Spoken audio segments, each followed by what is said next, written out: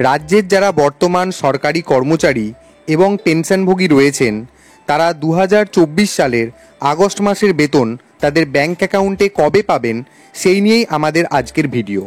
আমি অনিমেষ, অনিফার্স ওয়ার্ল্ড চ্যানেলে আপনাদেরকে আরও একবার স্বাগত। তো চলুন আমরা সেই ভিডিওটাই একবার দেখে নিই। আর ভিডিও শুরু করার আগে আপনাদেরকে রিকোয়েস্ট, যদি আমার চ্যানেলে আপনারা নতুন হয়ে থাকেন তাহলে আমার চ্যানেলটিকে সাবস্ক্রাইব করতে ভুলবেন না।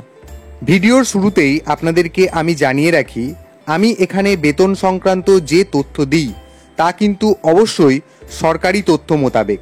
তো সেক্ষেত্রে এই ইনফরমেশন ধরেই নেওয়া যায় যে প্রায় 100% ঠিক। তো যাই হোক, তো দেখে নিই আমরা প্রথমত যারা লাইব্রেরি, পঞ্চায়েত, মিউনিসিপ্যালিটি, কর্পোরেশনে কর্মরত তাদের স্যালারি কবে ক্রেডিট হবে। তাদের স্যালারি ক্রেডিট হবে আগামী 31শে আগস্ট 2024 বুধবার। এরপর আসবো যারা রাজ্য সরকারের পেনশন প্রাপক রয়েছেন তাদের অ্যাকাউন্টে কবে ক্রেডিট হবে তাদের পেনশন।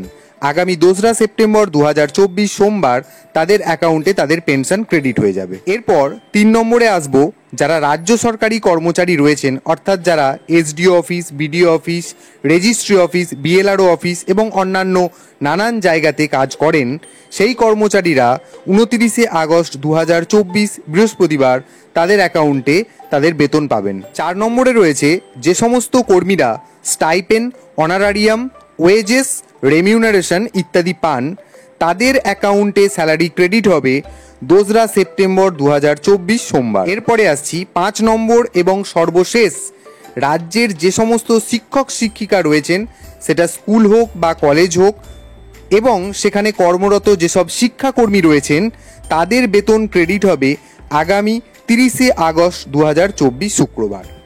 তো এই ছিল আগস্ট মাসের বেতন এবং পেনশন সংক্রান্ত তথ্য।